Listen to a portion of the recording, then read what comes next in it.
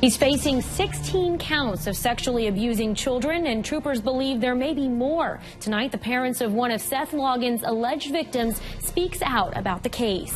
As the deadline to gavel out creeps closer, what lawmakers in Juneau say about the work left on their plates.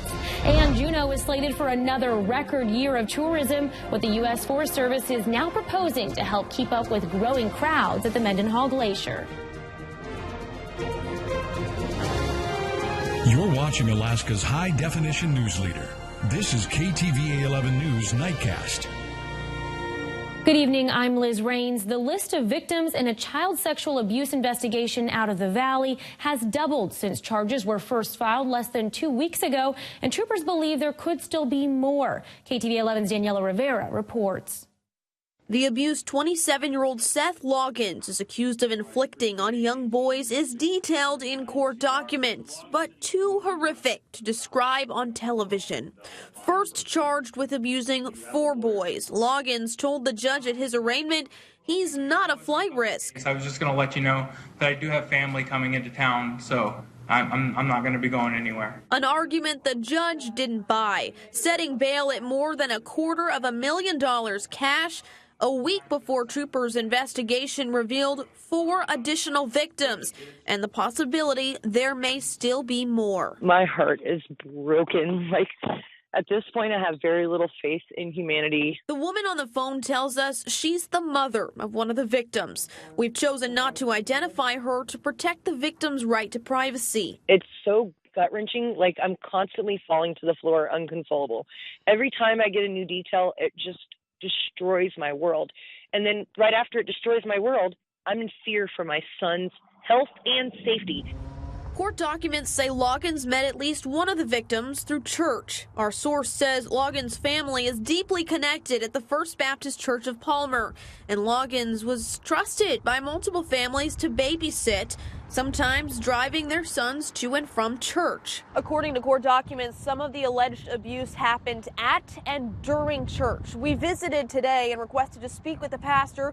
We were instead asked to leave and come back during normal business hours, specifically not on a Sunday. We've all been told not to talk about anything to anyone just yet. But this woman is speaking out because she wants to warn other parents. I want to encourage parents to research these kinds of things. Now, she wants to make sure the victims don't miss out on getting justice.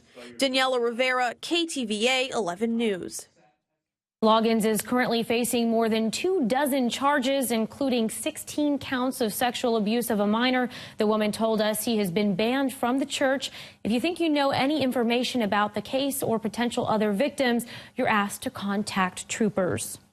A Healy man has been arraigned on 3 counts of sexual abuse of a minor. A Healy principal reported to troopers that a 15-year-old girl was found sending sexually explicit messages, video, and photos to 31-year-old Stephen Varnes. That's according to the Fairbanks Daily News Miner. Varnes told troopers he thought the girl was even younger at age 14. He also told them the abuse happened twice. He told a Fairbanks judge he did not believe he should ever be let out. His bail was set at just over $500,000.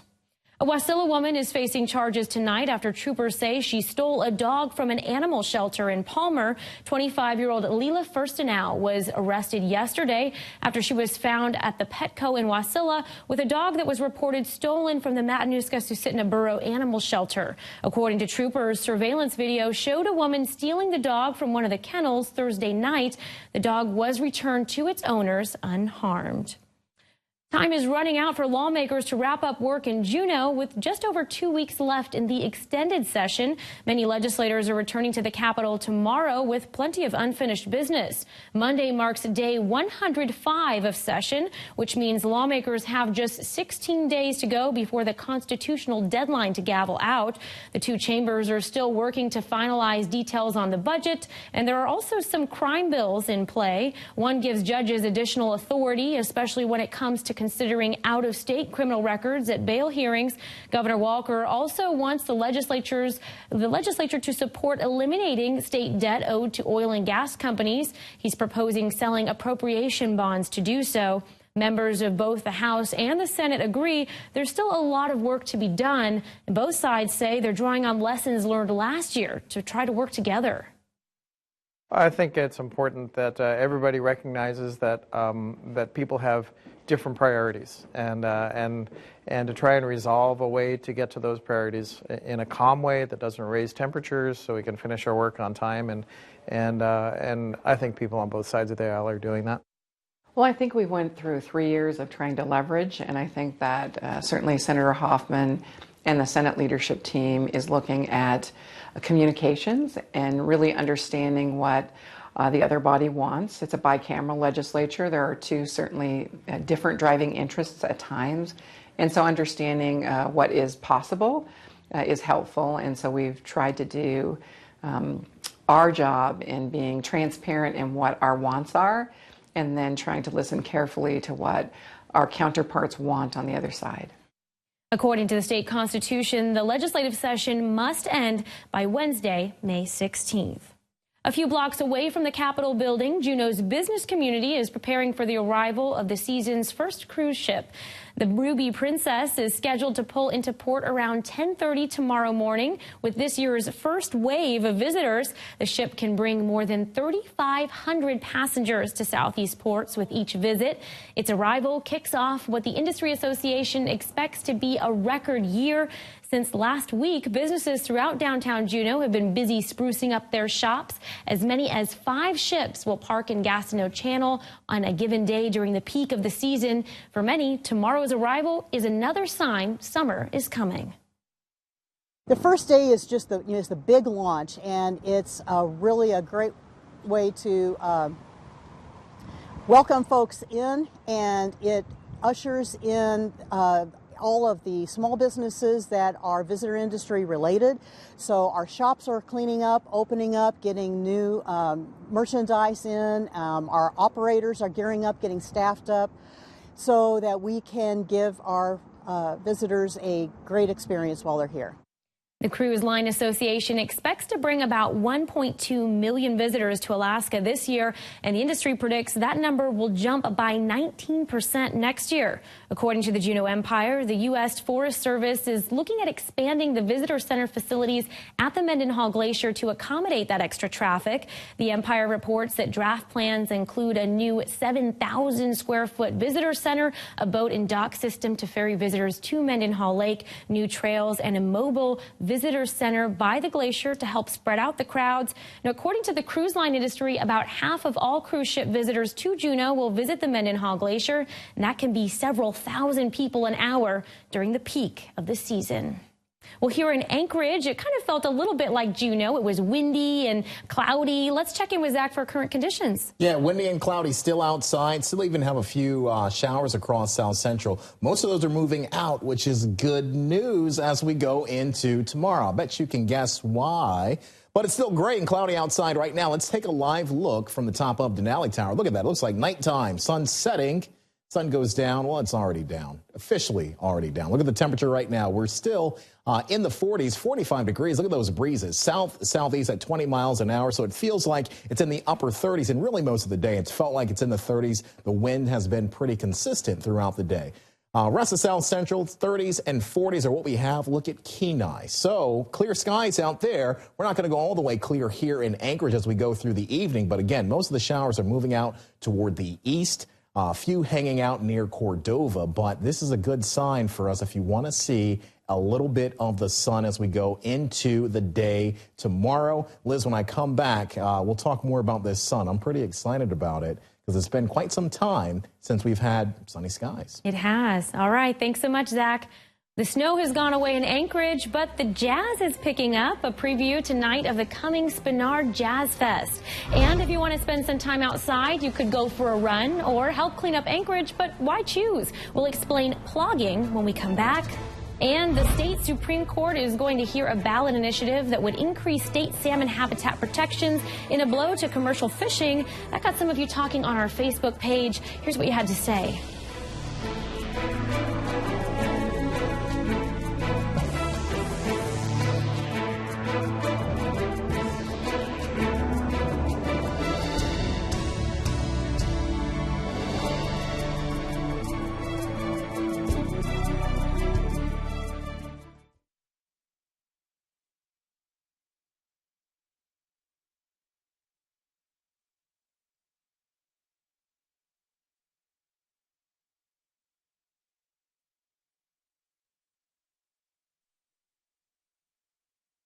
I think it's important that everybody recognizes that that people have different priorities, and to try and resolve a way to get to those priorities in a calm way that doesn't raise temperatures, so we can finish our work on time.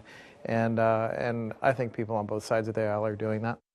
Well, I think we went through 3 years of trying to leverage, and I think that certainly Senator Hoffman and the Senate leadership team is looking at communications and really understanding what the other body wants. It's a bicameral legislature. There are two certainly different driving interests at times, and so understanding what is possible is helpful. And so we've tried to do our job in being transparent in what our wants are, and then trying to listen carefully to what our counterparts want on the other side.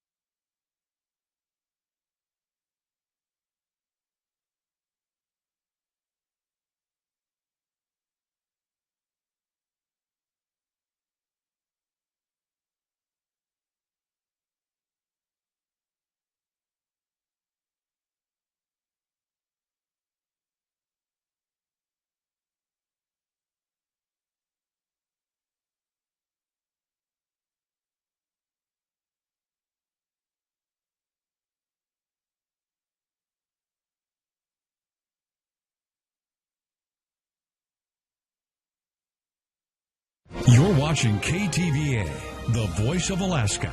This is KTVA 11 News Nightcast. Well, tomorrow is International Jazz Day, but that didn't stop the Spinard Jazz Fest from getting an early start today. Originally started as a place for the creators to play their own music, the Jazz Fest has continued to grow. Today's kickoff was at the 49th State Brewing Company. A special series of house concerts runs from May 19th until the end of the month. To get an invitation to those, you'll have to contact the Spinard Jazz Fest directly for tickets. They say while they have some guests from the lower 48, this year the focus will be on Alaska's musicians. What we're doing right now in a bigger sense of things is to actually equip musicians that are based in Alaska with the skills and the resolution or the resolve to stay in Alaska, not having to leave for good to be making a living if you're a musician. Jazz Fest's big 11th annual event takes place on June 1st. The weekend will kick off with a First Friday celebration. Citywide cleanup is now underway. Today marks the event's 50th anniversary in Anchorage. The annual push by the Anchorage Chamber of Commerce and other partners is a week of everyone pitching in to help clean the city. It kicked off yesterday with family and friends at the Lakefront Hotel. Chamber President Bruce Bustamante says cleanup is about helping your community.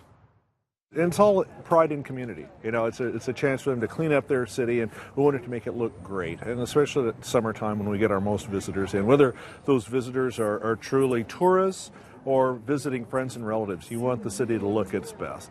73 schools are also signed up to promote cleanup. Over 1,200 tons were picked up in Anchorage during citywide cleanup last year. One element that's new this year is plogging. It's a new concept brought to Anchorage just this year, and it's a combination of jogging and picking up trash. And so we thought the 50th anniversary is a good time to introduce this concept, but also celebrate 50 years in a novel way.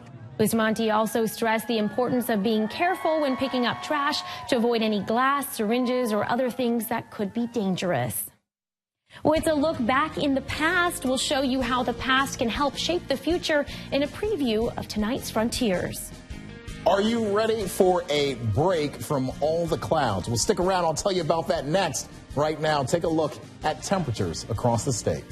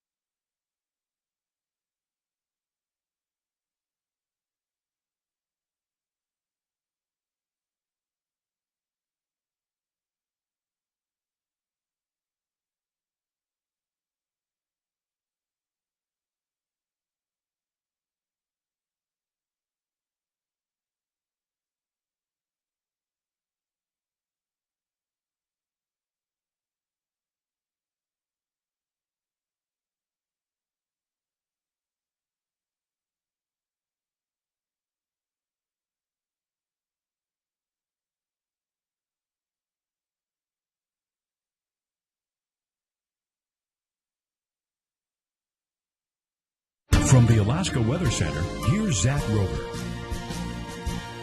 Well, good evening once again, everyone. Guess what? It's still cloudy outside. That hasn't changed since you last saw my face. Taking a live look outside from the top of Denali Tower. Once again, 45 degrees in Anchorage, still out the breezes, so it feels like it's in the upper 30s right now in Anchorage. And looking at temperatures across the rest of the bowl, most locations are in the upper 40s. And typically when we get winds out of the southeast, it warms temperatures, the air temperature quite a bit, but the wind chill still in the 30s around the bowl. Today we made it up to 45 degrees. That was our high temperature. A little bit cooler than where we should be for this time of year. The normal high is 50 degrees and the record almost 70 degrees. 69 back in 2005. Here's a look at our daylight for tomorrow. We're over 16 hours now. Sun going down just at 2 minutes past 10 p.m. Total daylight again, 16 hours and 9 minutes. So as we go forward, we can expect to see clouds through the evening. We'll expect to keep the gust through at least half of the day tomorrow. We'll have a daily chance of showers as we go through the next 3 to 4 days. And then as we go into Monday, guess what? We're going to see some sun. Now, I know as we look outside right now, it's hard to believe, but I'll show you what I mean on the satellite and radar picture. So the showers that we had, most of those have moved on to the east, starting to clear Prince William Sound right now. You even notice some of the showers up there in the interior. The front is right about here. It's going to break down as it continues to move on to the east this evening. We'll back out so we can take a look at the bigger picture. What we have here is high pressure down to the south. We have the low that is responsible for the showers, along with the front going through the eastern side of the interior right now. As we move into Monday, what I'm looking at is this area right here. So we have clear skies back here. We also have these clouds breaking up in this band of moisture that's riding up over the high pressure. What that means for us is, as these clouds come in, we'll have mostly cloudy skies overnight. But as we go into the day tomorrow, as temperatures heat up, it'll be good for us, or it'll make our way to be able to see some of the sun during the day. Now, as we go into the evening hours tomorrow, we do have a chance of seeing some showers and clouds coming back in. Tuesday right now looks like it will be a return to cloudy skies and some showers for us here in Anchorage. So tomorrow out in southeast Alaska, cloudy with rain out there. Temperatures in the mid to the upper 40s, even 50 degrees like Craig. Up around Skagway, gusty winds there. Winds gusting as fast as 40 miles an hour. And then you'll notice the icon, rain-snow mix. So for Skagway, above 1,900 feet, 2,000 feet. That's where you'll have snowfall out there. In the interior, wind advisories are in effect for the eastern locations in the interior that you see in yellow. Wind gusts up to 65 miles an hour. The advisory there expires at 6 a.m. on Monday. And then for the western interior, the advisory expires at 6 p.m. on Monday. Gusts not as strong, 45 miles per hour. On the north slope, winter weather advisories in effect, splitting it from east and west again. In the western locations, 1 to 3 inches of snow, localized amounts as high as 11 inches of snow. That advisory expires on Monday at noon. 6 a.m. on Monday is when the advisory expires for the eastern locations up there on the north slope. Western Alaska high surf advisory, that's going to stay in effect until 6 a.m. on Tuesday. For the Aleutians, isolated snow showers and rain showers out there. Back around here on the Kenai Peninsula, sun and clouds with some isolated showers. Those are going to come during the evening hours tomorrow. Prince William Sound, Copper River Basin, similar situation out there. Rain in Cordova and Valdez. And Monday for Matsu Valleys, same thing as what we're going to see here in Anchorage. Be a little breezy, PM clouds, possibly an isolated shower. So 7-day forecast. Tomorrow, I think, is going to be the best day if you want to do something outside. You're probably going to want to do it in the first half of the day, maybe early afternoon. Clouds are going to come back in the evening hours. But the forecast, look at it, it's not that bad. Temperatures in the 40s, a little bit of sun, some clouds. I can deal with it better than what we had this past week. Boy, am I glad to see the sunshine back in the forecast, even if it's just for a little bit. Yeah, I'll take it. All right, thanks so much, Zach. Well, coming up tonight on Frontiers, Rhonda McBride looks at Alaska education, past, present, and future. The schoolhouse, how it's changed over the years and how it stayed the same. Tonight on Frontiers, we travel back in time to the year this school was built. The first day of school was in November of 1915. You all know how dark it is in November, right? So if you came to school at this school in 1915, you didn't have to start school till 10 o'clock because it was just getting light then. What would you be doing after you finished your chores? There's no television. There's no electricity. you're thinking in a whole different way. But no matter how many years have gone by since then, children still love stories. I want you to pretend that you're living in a cabin in the woods. And a little drama. Greedy. Greedy. Does that sound good? Dr. Richard Webb, who runs UAA's Innovation Design Studio, is our guest tonight, and he'll tell us what's in the pipeline for schools of tomorrow, right here in Alaska. So be sure and join me tonight for Frontiers. Every Sunday, Frontiers brings you the faces, places, and spirit of Alaska. It airs tonight right after this newscast here on KTVA. Looking forward to that one. Yeah. And speaking of the past, you're going to be talking about people who've made a difference in the past for sports. Yeah, for some people, it's, 13 tends to be an unlucky number. Well, not for the people you're about to meet as they receive a special honor tonight. You'll hear from some of the inductees.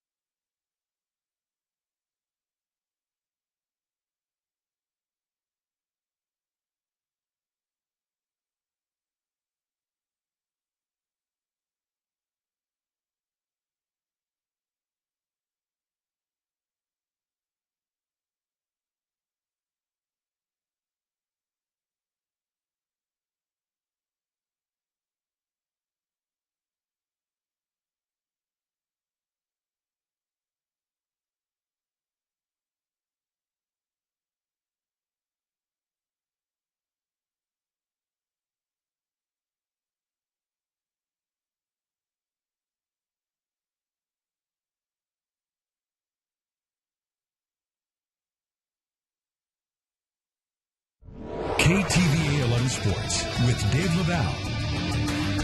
High school plays a very important role in a person's life. It can help mold that person and become a positive force when he or she becomes an adult.